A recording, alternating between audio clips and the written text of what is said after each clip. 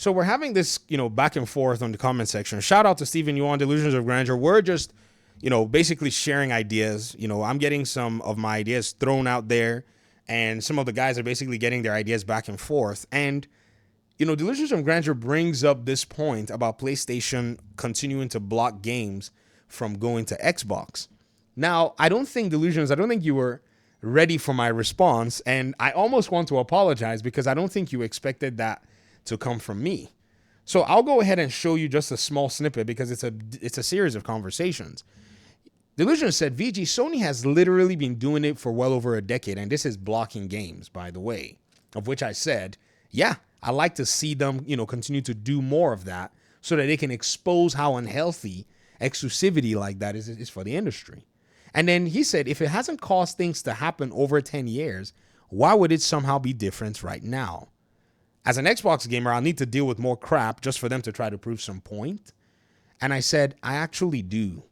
The last 10 years, no one was making as many games. Today, it's a different story. In fact, I just found out that this week, PlayStation published a game by a studio named Valen Studios in early access on Steam. I couldn't believe my eyes. I have never seen PlayStation do anything early access. Y'all remember Power World? What did we hear? Maybe we heard wrong, but the game is also here on PlayStation, right? Now, I don't know if it's a second-party arrangement. I don't know exactly what's going on, but the game is available on PS5 and PC, and it was just launched on the 13th of March. One thing I would say is this shows me that these companies are now being more flexible and will more than likely be taking a lot of bets on small games, which puts Xbox in a really interesting position because they have a variety of small and big games. What's even interesting is Game Over 30 put this tweet here, and I thought it was very interesting, and he links to an article talking about Steven Totillo's interview just recently. I'm going to read it. Game Over 30 says, I understand that people don't want to hear this stuff from Karch, but he's not wrong, at least not in a financial sense. Complain about how, he's saying, it all you want. That's not what I'm discussing here. I've been saying it for years now. Unless it's GTA, Call of Duty, or a handful of other money-printing IPs, the games industry must get away from multi-hundred-million-dollar budgets, scale back the size of production teams, and start producing focused games with core staff members. The days of milk and honey are over. If we want to see people gainfully employed for the next decade, margins need to go back to 15-20%. Delusions of grandeur. Let's go back and track the games that were money-hatted by PlayStation, and let's track the development teams that followed, or track the publisher's statements on the performance of those games, or the developer statements on the performance of those games. Right off the top of my head, Final Fantasy 16, Final Fantasy 7 Rebirth. What did the developers say? In the case of Final Fantasy 16, they disbanded that development team, Creative Business Unit 2. In the case of Final Fantasy 7 as well, they said that both games did not meet their sales or profit expectations. Moving on to Forspoken. Forspoken, the team that developed it, they also got disbanded and sent to other projects. They're not touching Forspoken again. You see what I mean? And these two games were exclusive games. Even games that were multi-plat, which is now the article that they were talking about with Karch himself, right? Basically, it talks about Saints Row Studio was too expensive for what they were, execs say. They didn't know what they were building. They didn't have any real direction. It couldn't last. Eddie Makuch writes this in GameSpot. Saints Row Studio, Volition, shut down in 2023 after 30 years, leading many to wonder about the future of the open-world crime franchise.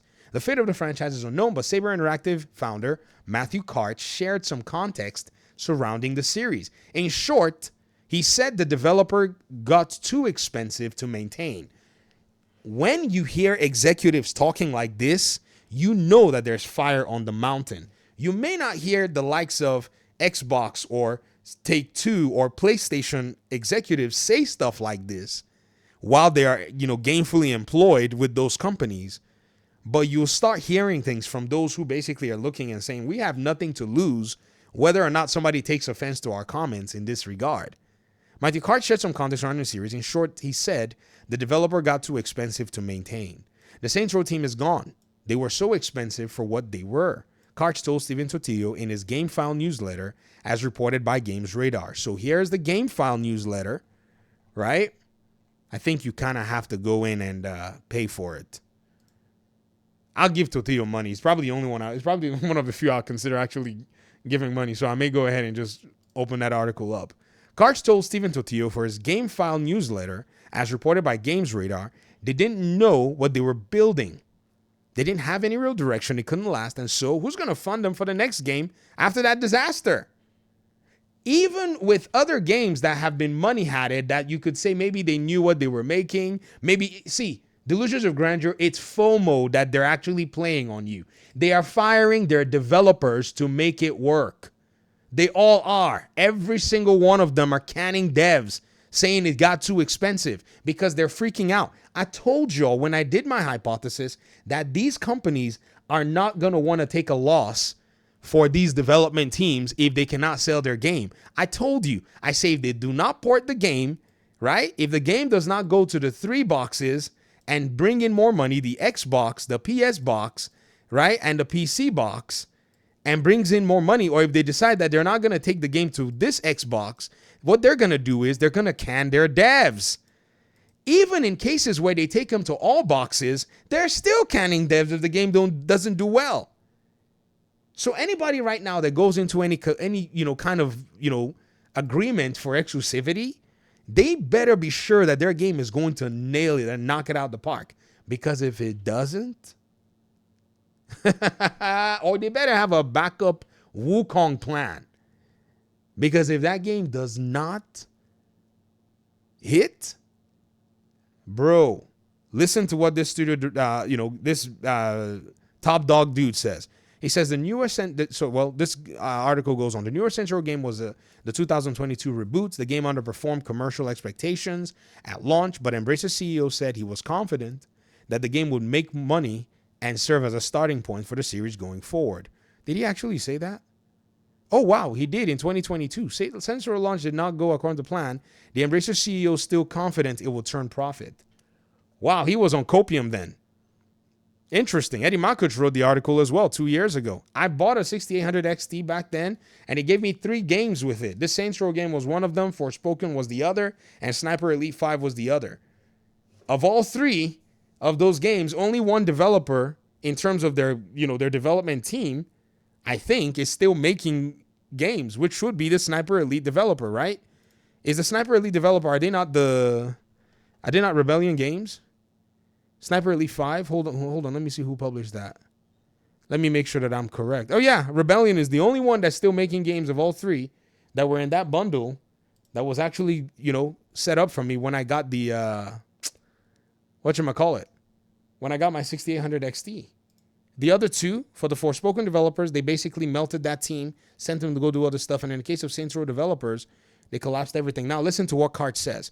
Reacting to the closure of Volition, Karch said, it would be nice in an ideal world for everyone to have a job.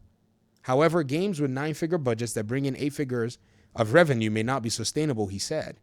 That's dooming a lot of developers, Karch explained. The days of throwing money at games, other than maybe GTAs of the world, is over, he added. It's over. The business needs to mature. If it doesn't, the whole business is in trouble. Unfortunately, that means layoffs. Did you see it? I told y'all before that those of you who want Xbox to keep doing this exclusivity, what you want is for Xbox to do layoffs so that it can make your tummy feel good. Trust me, it's not going to happen because there is no competitive advantage for you to be laying off your teams because it doesn't show that your teams are pushing for a sustainable business. It says before this, Karch said incredibly expensive video games are not necessary and contribute to job losses in the industry. When Nib made his video just now about how exclusives, look at this. Do you see how that's I told y'all, we're getting to the point, Nib95_, we're getting to the point where executives are now starting to speak. And as they're starting to speak, more and more of these talking heads are going to get their own ideas examined in light of what they're saying. I spent 40 minutes going through this video where he claims that exclusives are not anti-consumer but benefit the gamer, and I couldn't find anything. And just 20 minutes later, I'm reading from, and in one of his claims, he said that these sizable budgets that are basically used to subsidize the games blah, blah, blah, blah, blah, blah, blah, but doesn't talk about the risk of the games not selling as much. That's why even though the budgets were big on PlayStation, at the launch of Spider-Man 2, they fired developers from their art studio in San Diego, and we saw from reports that PlayStation was pressuring its studios to carry out some layoffs in order to mitigate the high cost of games. Look at it. PlayStation was actually pressuring its own teams, was pressuring its own development teams. No, this is not the article. Hold on. Let me show you this here. Here it is right here. In the face of exclusivity, Sony was reportedly pressuring its studios to make big cuts amid increasing development costs. He is not wrong. He knows what the heck he's talking about because he's the guy that's got to make those decisions. It's a tough life. Dude's got a $23 million private jet, but he ain't going to let $23 million private jet go into foreclosure because y'all devs can't make a game that sells, and Sony is not going to take a hit because the exclusivity that they put there backfired. That's why Sony's business proposition to me is very shocking that people are actually, hailing that business proposition as something that's good for gamers. He said this. Before this, Cart said incredible experience is not necessary to contribute to job losses in the industry. In quote, I think that the age of the 200 million, 300 million, 400 million AAA game is on its way out. I don't think it's necessary. I don't think it's appropriate. Cart said this aboard his $23 million private jet. In 2023, Beacon Interactive bought certain assets from Saber's parent company, Embracer, as part of a divestiture from Embracer's business operations in Russia. It was at that time Cart and Embracer finally parted ways, with Beacon effectively buying Saber out of Embracer. The Saints Row series lived in the shadow of Rockstar's Grand Theft Auto, a much bigger and high-profile open-world franchise. The next entry is 2025 GTA 6. Delusions of Grandeur. Do you see why I said I would love to see PlayStation actually go ahead and show me that they're about that life and continue to money hat these games and stay exclusive, to be honest. I really want to see this thing play out. You know why? Because I already know the answer. It's like giving me a test and giving me a cheat sheet. I already know what the outcome is going to be because math tells me what the outcome is going to be. So by all means, let him do it. Let him keep going. Please. Keep going. Let's see how that actually goes ahead and works out in this economy that we're in right now. Thanks for watching the video. Let people keep playing with fire. Peace out.